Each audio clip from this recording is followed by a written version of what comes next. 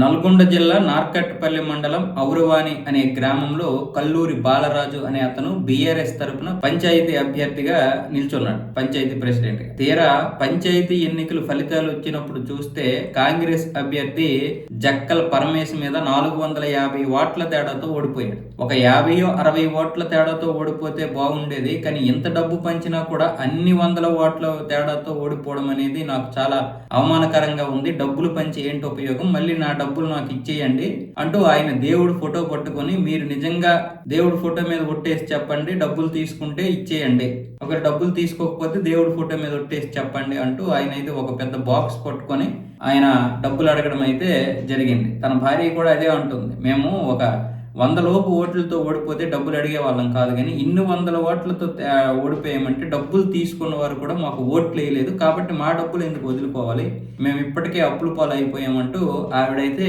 చెప్పడం జరిగింది. కొంతమంది అయితే డబ్బులు ఇవ్వడం అయితే జరిగింది, చాలా మంది డబ్బులు ఇవ్వట్లేదు. ఇంతకుముందు ఎన్నికలు కూడా ఇలాగే జరిగింది. బీఆర్ఎస్ కాంగ్రెస్కి చెందినటువంటి వాళ్ళు ఓడిపోతే ఆవేదన చెంది మా డబ్బులు మాకు ఇచ్చేయండి అని కూడా చెప్పారు. అప్పుడు సంచులు పట్టుకొని మరీ తిరిగారు, మా డబ్బులు మాకు ఇచ్చేయండి. అయితే డబ్బులు తీసుకోవడం, డబ్బులు ఇవ్వడం రెండూ నేరమే. కానీ మన దేశంలో జరుగుతున్నటువంటి ఎన్నికలన్నీ కూడా ఇదే విధంగా జరుగుతున్నాయి. అది అసెంబ్లీ ఎన్నికలైనా కావచ్చు, పార్లమెంట్ ఎన్నికలైనా కావచ్చు, లేకపోతే ఇప్పుడు పంచాయతీ ఎన్నికలు కావచ్చు. పంచాయతీ ఎన్నికలకి ఇంకెక్కువ ఉంటుంది, ఎందుకంటే వ్యక్తిగత పరువులు, వ్యక్తిగత అభిప్రాయాలు, వ్యక్తిగత ఈగోలు ఎక్కువ ఉంటాయి. కాబట్టి ఇక్కడ డబ్బు విపరీతంగా జల్లడం జరుగుతుంది. పార్టీల పరంగా ఉన్న పార్టీలు దాటి ఇక్కడ కుటుంబాలకు సంబంధించినటువంటి వ్యక్తుల విషయంలో కొంచెం ఈగో ఎక్కువైపోయి డబ్బులు విపరీతంగా పెంచుతారు.